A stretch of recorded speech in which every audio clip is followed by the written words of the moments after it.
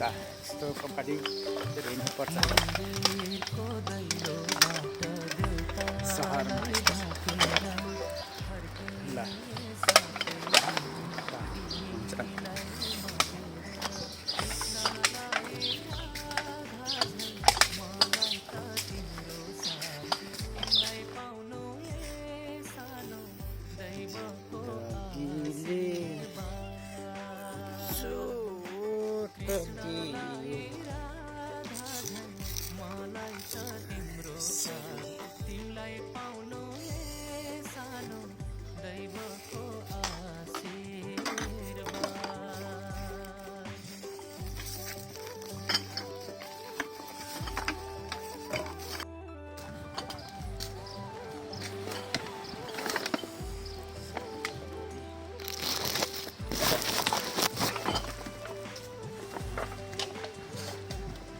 कबड्डी पनि बोक्दै हिँड्दै गर्नुपर्ने भयो कि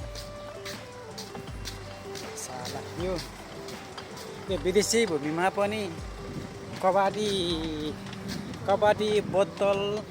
यस्ता उस्ती सम्हाल्नु पर्ने के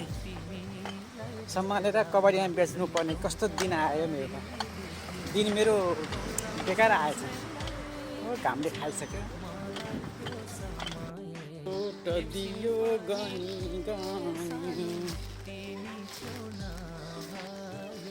कहिले हँसायो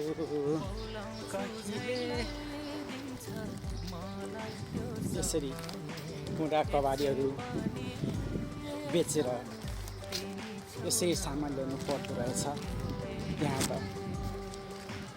निकै गाह्रो रहेछ हो भन्न भएन मन साह्रो छ गाह्रो छ हो निकै गाह्रो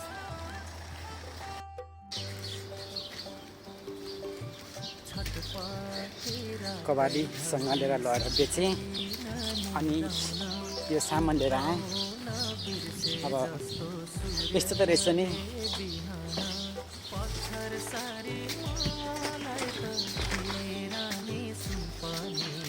जिन्दगीमा सबैभन्दा ठुलो भुल भइसक्यो अब जिन्दगीको भोगाइ भन्ने कि पीर भन्ने कि कथा भन्ने कि व्यथा भन्ने म आफैले बुझ्न सकिनँ कि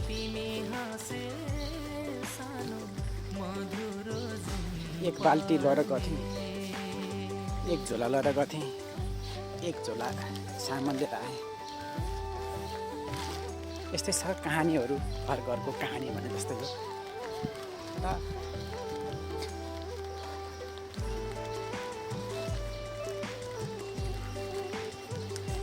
त्यही भएर त कसैसँग बोल्न मन लाग्दैन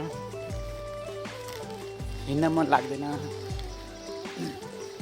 यसो यस्तै छ कहानीहरू है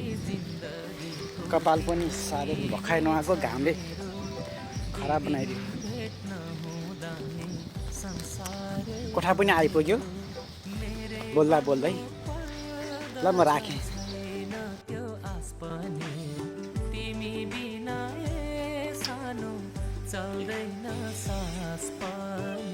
सुत्ने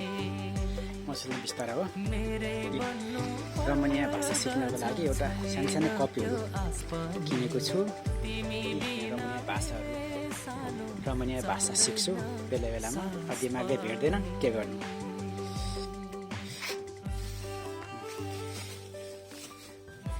यो चाहिँ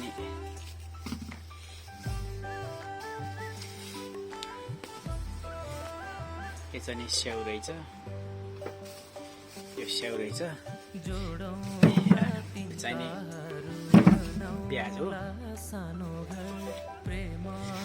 यो चाहिने आलु हो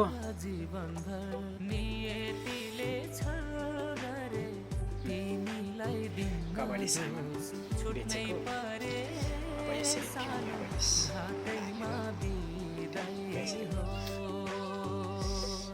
कसरी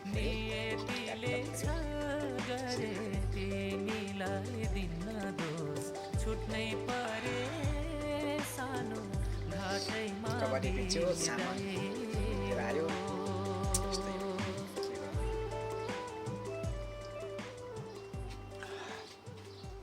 यस्तै छ परदेशीको कहानी।